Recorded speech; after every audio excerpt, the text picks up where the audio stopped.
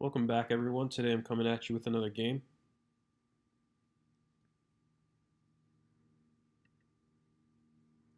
So, immediately, what you see here is the player immediately opposite to me has the highest rating. And the two players adjacent to me are low rated. So, this is ideal for me and green because indirectly we are on a team, at least in the beginning, because we cannot easily attack each other. So it makes sense that you want the player across from you to be as strong as possible to a point, so that way they have an advantage in attacking the other players, which pose more of a threat to you. So back to the game. I get a quick queen here. Yellow is a little too slow, but red is attacking green. And this is good for me because they're fighting, they're distracting each other. This is an ample opportunity to not only queen, but create opportunities that I can potentially exploit in their play and maybe throw a check to either one of them and have it be decisive. So it's always good that the other players are attacking each other. That is what you want. But here my bishop is hanging, so I defend. And I want to bring the queen back and stay solid, but I don't want yellow to promote. And the other two players have each other's attacking on their hands to worry about. So it looks like it's my job here to prevent yellow from promoting. At least this seems like sound theory. This game is still very new, and we don't know if this is technically the right play, but we'll see.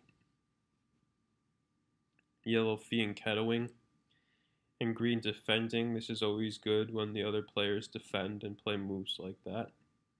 Always good for you. So red is just still getting attacked, and I was thinking of attacking red. I was thinking of putting my queen back here, maybe on this diagonal, targeting the rook, targeting both of these squares. But in reality,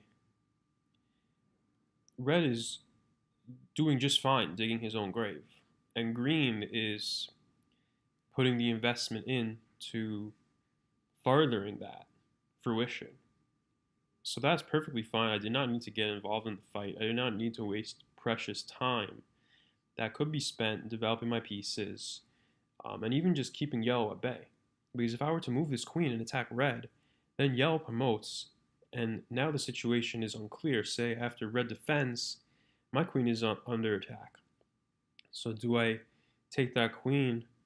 Most likely not. Do I move the queen? Yeah. But that costs me valuable time. It's much more useful to spend developing my pieces. So yellow looks like he might be getting a castle queenside, but he opens up that diagonal for me to exploit later on with a discovered attack on the knight. And now red is in check.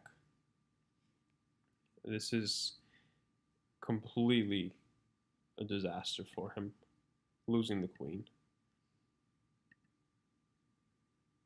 And so what this game illustrates, and here I have a discovered attack on yellow's queen. He has to defend. So I'm developing and making little hits against yellow. This is good.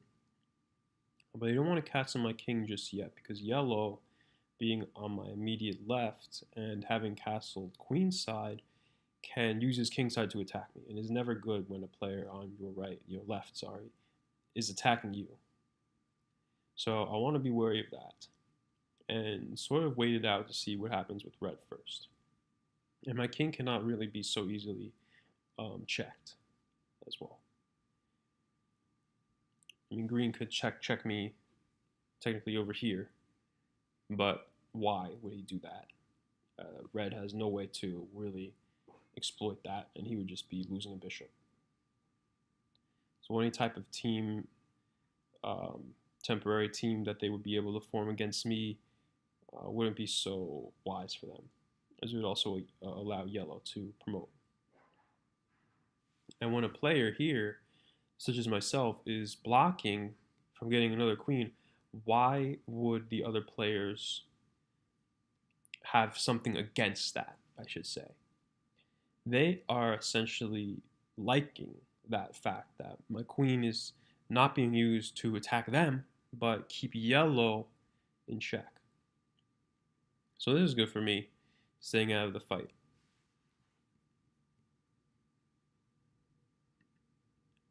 Red loses the queen. And now I take the opportunity to check red.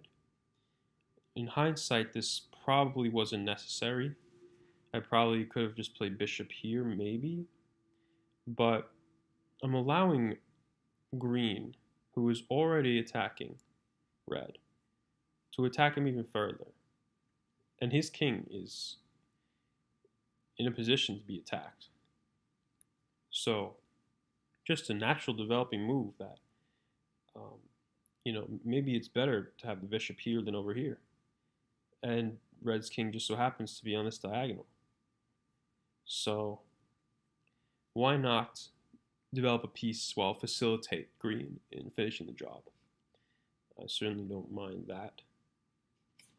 Having a player to the side out of the game early is great for queening. So green takes more pieces. And now I start to push again. I start to take advantage of this file and the opportunities that are being sort of lost by yellow, and exploiting red's weaknesses by green. So yellow is sort of sandwiched in the middle of two very strong, highly rated players. He doesn't really necessarily want to rock the boat, maybe, or he just doesn't have the experience to know how. So I'm just taking advantage of that. And here he's just pushing pawns. Yellow is now pushing pawns, creating weaknesses. This is not so good for him. Green getting a little more solid. Or red now attacking green just based on revenge. Look at red. He has nothing to lose. And since green was the one attacking him this whole time, he is going to remember that. For sure, he is going to take revenge by any means necessary, even if it means losing material. So that's a position that you don't want to be in if you're a green. And so my advice would be, if you go on an attack, if you start attacking your opponent, you should be in a position to not only take the time it takes to make the moves to finish the job, have that be low, and have it so the other players cannot exploit you while the player who you're attacking has very little counterplay whatsoever. Because if red checks green here, and by taking his bishop, not only does he lose the bishop, but now I have a move to attack green. Yellow maybe has a move to attack green.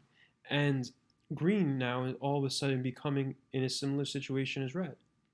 So I think those three things to keep in mind: tempo, potential attacks from other forces, and potential revenge by the player you're attacking are all things to consider when you are attacking.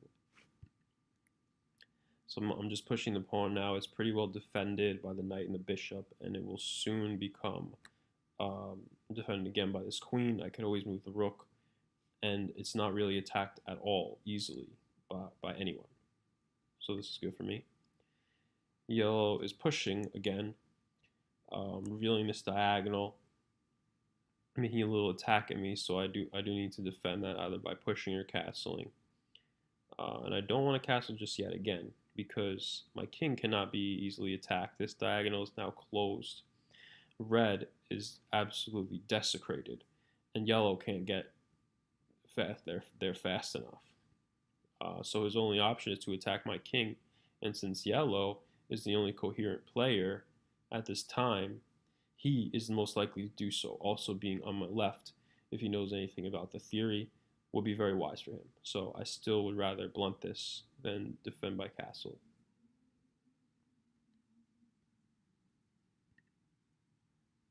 And now red is getting checked by green. But green maybe really shouldn't have played this way because red is going to take that bishop, as you'll see. But not right now. And here, this whole time, I could check red, but again, that would allow yellow to queen. But maybe green was relying on that. That's why he's playing a certain way. But a piece of advice, in my eyes, is that you should never play expecting your opponent to do something unless you are certain that it is absolutely beneficial to them and they will do it. Yellow getting the bishop on the diagonal. That's good for him. And now red takes the rook. So exactly what I said is happening to green is happening to green. And this rook is, well, it's having this pin, which is good. And it's defended by these pawns and not easily attacked.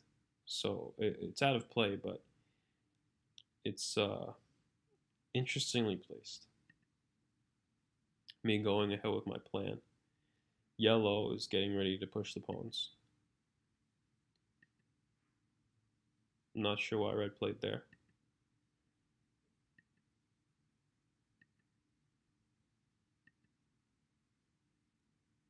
Red is now completely lost.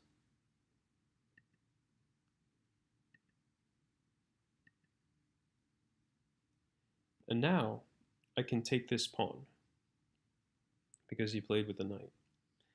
But I want to have other ideas. I want to get this rook in the game, and now I have this battery with my expendable queen. I can take green's queen and knight for 1 point. And I really strongly do consider that. But then red attacks me, and for some reason, I choose to defend against yellow, promoting this one. So maybe that wasn't the best move by me. But I thought that green could aid me in attacking yellow later on. And he's not that much of a threat, even though he's the highest rated player in the game. Only a couple, 10, 11 points above me. It's still not something I maybe should have done. Because even though I'm stopping yellow, I've been doing that my whole game. So what this shows the other players, particularly the more experienced one, such as green, is that I am predictable. Because I stopped yellow over here, now I'm stopping yellow over here, over attacking green, the superior play that would win material. But yellow now has to do something about this. And this shows green, though, essentially, based on my play style, that I am a predictable player right now. That I am not going to attack him, but I am going to play mainly against yellow. And this can be used to your advantage, because the social engineering of the situation entails a dynamic such that if green thinks this, then maybe he's not going to see or expect any attacks coming his way by me later on in the game. So I'll talk about these tactics a little bit more in the social engineering series that I have coming up, which basically entails how to use the chat how to use your play style, how to use other players' play styles to exploit certain other players' play styles or make them a weakness. And that can certainly be relevant, I think, in four-player chess. So yellow now pushing the pawns again, creating weaknesses around his king. Um, he is just pushing pawns, pushing any pawns at any time. Yellow is just pushing pawns. So this is not good for him. This is not um, really sound. This is showcasing yellow's rating. Green now trying to get back into the game. And now I decide to take that pawn for free. Red hangs a knight. And now I decide maybe it's best to get some points myself. Because here I notice that yellow has maybe no points at all. I have a few points, but green has around 30 points just from taking red's material. So at any point in the game, since I noticed that yellow's rating is accurate, it would seem, if he goes down, say by green, then green can just resign and win, and I do not want to allow that. Even though green is not really in the position to checkmate yellow, it is still good for me now that all my pieces are developed. My king is relatively safe on this diagonal. It cannot be attacked. And I have any time the ability to castle kingside, which I will do eventually at the right time, very late in the game, as you will see. But now that everything is falling in place to me, it's really not so practical for me to get another queen at this point. That would take a lot of time, and I don't even need one. I have 3. So with these bishops pointing at red's king, this rook on the open file, these queens just in abundance, I think it's time to go for red's king now. Yellow is attacking green, so that's good for me. And I'm not sure why I played here. Actually, opening up this diagonal to check and defending my own king's diagonal as well, and connecting the knights, and making this packing space a little bit stronger, the structure. The knight wasn't so great over here. Now I can push these pawns freely to queen later on if I like. Knight back by yellow. I don't know why I played here. Now this allows me to come in with my queen and take. But I don't do that just yet.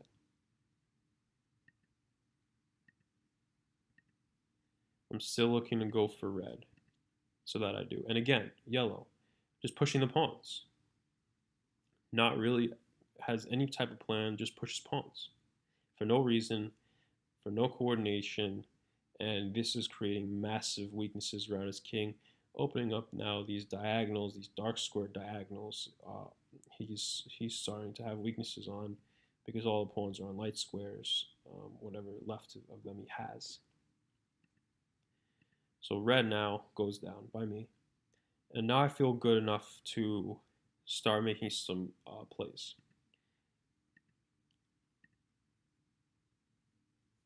Again, I should have taken here, but I just go for this rook. Not wise by me because this allows him to move, this forces him to move the rook to a more active square, which you'll see becomes here, and then this later leads to the me overlooking those pawns. And here I should have just pushed, but I have the idea to stop this pawn, showcasing again my predictability, what I talked about earlier. So here he takes, and now I tell green that I'm going to punish him, that I will punish green for taking this pawn. So this is something you can do when you're a high-rated player. Someone comes after you, and now you profess your aggression for them. This is stirring the pot.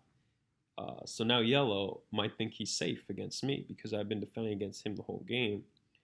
Yellow might think that, hey, it's time to start attacking green. It doesn't always work out that way, but you can sometimes make it influence it. A logical move by green. And takes another pawn.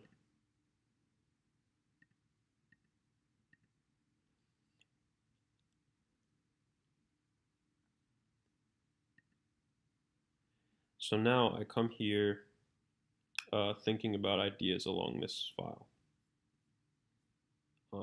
I could push a pawn up because now this pawn is out of the way and I will be locked in, but I don't want to trade bishops and castle just yet. I don't want to give green any more opportunities to sort of recover from his situation, because even though yellow has more material, green has more experience, so he can maybe become an annoyance, but this game should be pretty easily won by me. So I move the knight, opening up this bishop diagonal and just sort of putting more pressure on this pawn, and using the knight as well to block this pawn from further coordinating with this pawn. So the knights are really ideal for things like this. Just defending in general. So now yellow pushes that pawn again that I was going to take. See, who knew? He's been pushing the pawns all game long, and now he pushes that one to extinction, making the time it would have taken me to take that pawn. Now this is completely irrelevant for that. That is so good for me that I chose not to take this pawn, because it would have taken time for me to do so, and yellow just eliminated himself. He just created that weakness himself. So by me sort of knowing now yellow's play style, I sort of learned that it wouldn't be wise to take over here. So that's some of the social engineering tricks and tips that I have for you. So now attacking queen, just giving problems now to both players while improving my position. I think that's what you want to do. You want to simultaneously attack both players and have them be reactionary to you once you reach a critical point. That critical point being a situation where you're likely to win, irrespective of any events that include worst case scenario, which is green and yellow now completely teaming up against me with 100% synergy. So that is what I believe to be the critical point. And you will see now a check to yellow. And I believe it has been reached. He defends with the rook, blundering the rook. I don't know why, but he blunders the rook. And even though my knight here is hanging, this gives green an opportunity. So I check, and he captures back. And now I'm forced to recapture that rook. And it was here this whole time around my king. Not really have anywhere to go. Not really able to get back here in a, it would be completely irrational to try and bring this rook back. It would have to go, here, here, here, here. So many places, so many squares I control, so many awkward movements. It would have to go. It would never get back. So that rook was already lost, pretty much. So it was a good move by green. And now I play bishop back. So I'm having now ideas of thinking about castling my king. I don't have those knights to defend anymore.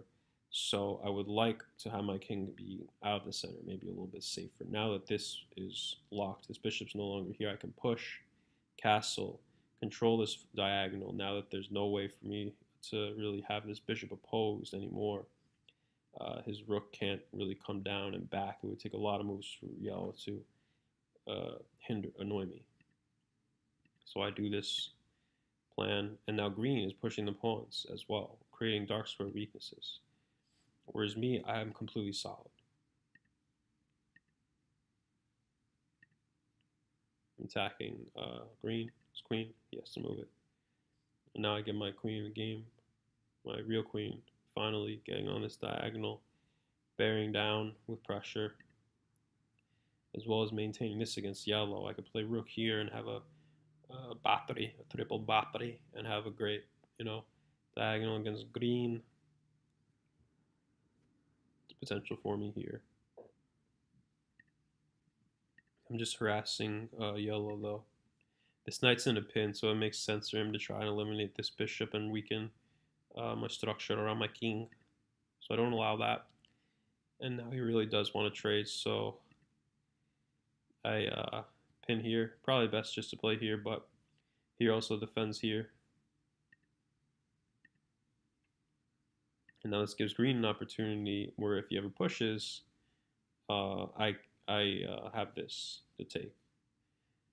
Which might be good for green because then he would get a queen. So I takes with a knight, and then green queen. So could have been a line for him. Attacking green, now yellow just fundamentally not really understanding that I'm the threat and going after the weaker player of the two remaining players. Not really wise for him. My bishop is now pretty over here. I could have checked, but I don't want to give up my material. And how green in check, this is great. Now I move the bishop there, completely out of the way. So a lot of bishop moves, just trying to harass the yellow rook, maintain the pin, block this diagonal. And the bishop was overworked, so I just decided to bring it back now, and now it's safe, and it's defending the pawn. And the pawn is defended by it, so this is also very strong in four-player chess in my eyes. Now I check green, giving me even more problems. This gives yellow the opportunity to take his knight. He should have taken with the queen here. Probably didn't see it. Probably wanted to support this pawn and was just thinking, oh, get a queen, get a queen. But if you take with the queen, this hangs the rook. But I said if you don't take with the queen, if you take with the king, which you did, you hang the rook. And don't be so blindsided by just thinking about the importance of queening. Yeah, it's important to have a queen, but the king's safety is paramount, and especially in this game. So even if you moved away the queen, this pawn would still be defended by yellow and by me, my two queens. So even though I could take this and sack the exchange, and yellow takes, I take, and now we both lost a queen. This is good for green because he only lost a pawn. With regards to the predictability of what I showed you earlier, green knows that I'm probably not going to capture this anyway, or at least he should know based on my previous play. So the fact that he didn't move the queen away shows that green did not learn from my playstyle. And this says something about green. And so now, in my eyes, both players are irrecoverable. So this is a term I coined, which is reached after the critical point, where no amount of teamwork by the remaining players can amount to a significant attack on my pieces or my king that would result in either of them either checkmating my king or gaining enough points such that it would be an advantage for one of them to resign or checkmate the other and then resign themselves and win. So this is good for me. I take the rook. Check again to green by yellow. Moves the king. Move the bishop. And he forks the king and the queen. But the bishop is guarding it. I should have just taken the rook at the pawn and the rook at some point here, but oh well. Check. I decided that green now he had a lot of points at this point in time, and I had around 30. Green had around 50. Yellow had always around 10, less than 10. So I'm thinking that it's really my priority now to go after green, and so I need to do that before he has any opportunities to checkmate yellow and then resign and win. Because I have a lot of queens on the board. There's some diagonals here that he has, and I don't want to give any opportunities to green. So him being in check is always good for me. I bring the bishop back, checking yellow. Maybe not the best from what I just explained. And as you see, what I just said came to fruition. Green is attempting to steal the checkmate from me and is going after yellow's king. So that's something to always watch out for. I bring my queen into position as I don't see that yellow can really screw this up for himself such that he gets mated by green. And now green is still trying to do what I just said. So this is the best plan for him in my eyes. But I take with check. Yellow defends with his rook. This is a synergistic move because it really does help out green. The knight is defending. The queen is defending. So maybe yellow finally realizes that he is completely lost, and his only hope in beating me is by helping green. But it's too little too late, and I checkmate green anyway, giving that queen up for the king, which is always something you should do. And here it's just smooth sailing. So I hope you enjoyed that one, and I hope you're able to learn something from it, and have a great day.